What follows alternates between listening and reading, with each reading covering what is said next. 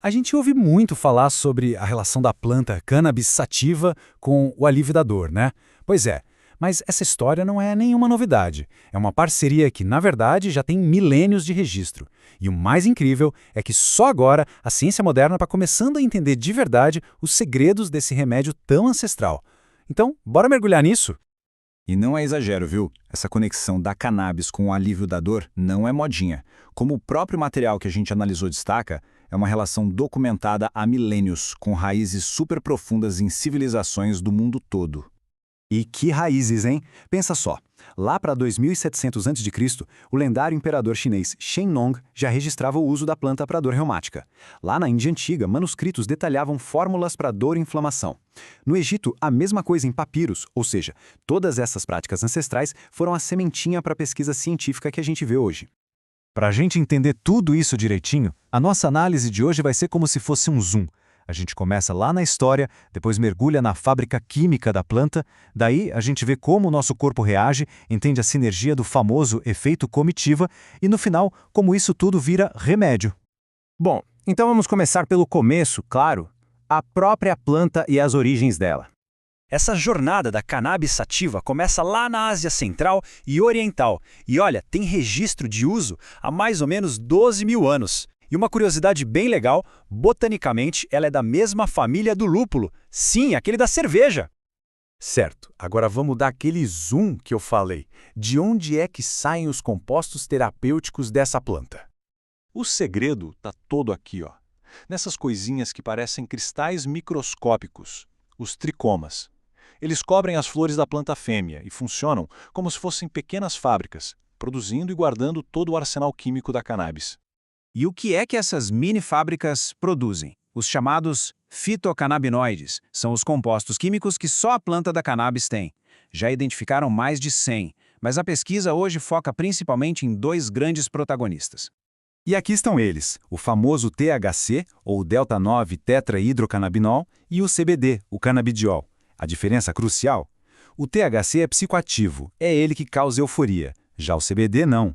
O THC tem propriedades analgésicas e anti-inflamatórias, e ele se liga direto nos receptores do nosso corpo. O CBD também é anti-inflamatório, tem efeitos calmantes, mas o jeito que ele age é um pouco mais indireto. Mas como é que a planta fabrica eles? É um processo bioquímico fascinante. Começa com umas moléculas precursoras. Depois entram umas enzimas que criam as formas ácidas dos canabinoides. Por isso, o A em THCA e CBDA. Nesse estado, eles ainda não são ativos. Só quando a gente aplica calor ou luz. Num processo chamado descarboxilação, é que um pedacinho da molécula sai e pronto, ele se transforma no THC e no CBD que a gente conhece. Ok, já entendemos a química da planta. Agora vamos para o nível molecular, para ver como esses compostos conversam com o nosso corpo.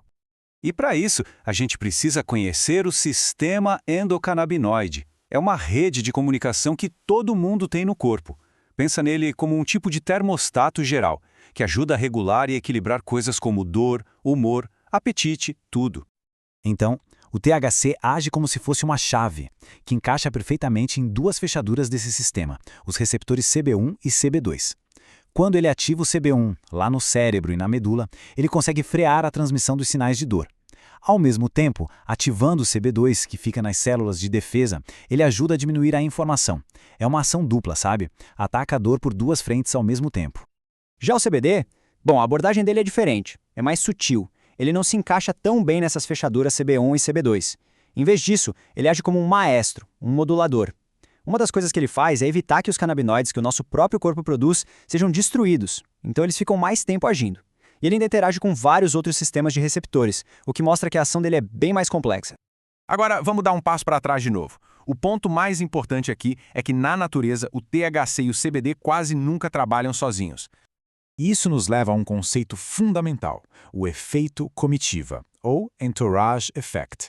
Basicamente, é a teoria de que todos os compostos da planta, canabinoides, terpenos, flavonoides, todos eles trabalham juntos, em sinergia. O resultado terapêutico dessa união é muito maior do que se a gente usasse cada componente isolado. É como uma orquestra. Cada instrumento é importante, mas é a sinfonia completa que emociona. E quem são os outros músicos dessa orquestra? Temos os terpenos, que são os responsáveis pelo cheiro e pelo sabor da planta. Mas eles não são só aroma, não. Eles também têm suas próprias propriedades terapêuticas. E temos os flavonoides, conhecidos pela ação antioxidante e que a gente também encontra em várias frutas e vegetais. Então, quando a gente olha para a flor da cannabis, não estamos vendo só THC e CBD. A gente está vendo um ecossistema químico super complexo, com centenas de compostos trabalhando juntos. É a ilustração perfeita daquela ideia de que o todo é maior do que a soma das partes. Certo. Com essa orquestra química toda em mente, vamos para a parte final. Como é que essa ciência toda se transforma nos produtos medicinais que existem hoje? Essa ideia do efeito comitiva influencia tudo. Por exemplo, os produtos de espectro completo, ou full spectrum, têm todos os compostos da planta justamente para maximizar essa sinergia. Já os de espectro amplo, os broad spectrum, têm quase tudo, mas o THC é retirado. E por fim, os isolados, que têm só um canabinoide específico, tipo o CBD puro. Aí a gente perde efeito comitiva, mas ganha uma dosagem super precisa. E o jeito de usar também faz toda a diferença. A inalação, por exemplo, tem um efeito bem rápido, em minutos, mas dura pouco. Já pela via oral, como óleos e cápsulas, demora mais para começar a agir, só que o efeito dura muito mais tempo. A via sublingual, debaixo da língua, fica ali no meio termo. E os cremes de uso tópico têm um efeito só no local onde foram aplicados. No fim das contas, a ideia principal é essa aqui, que vem direto da fonte que usamos. A cannabis é uma fábrica química com múltiplos componentes, e cada um deles contribui de um jeito único para aliviar a dor e outras condições. E isso deixa a gente com uma pergunta para o futuro, né? Com toda essa complexidade e esse potencial, será que essa fábrica química natural é o futuro da medicina personalizada para o tratamento da dor? É uma jornada que começou há milhares de anos, mas que, cientificamente, parece que está só começando.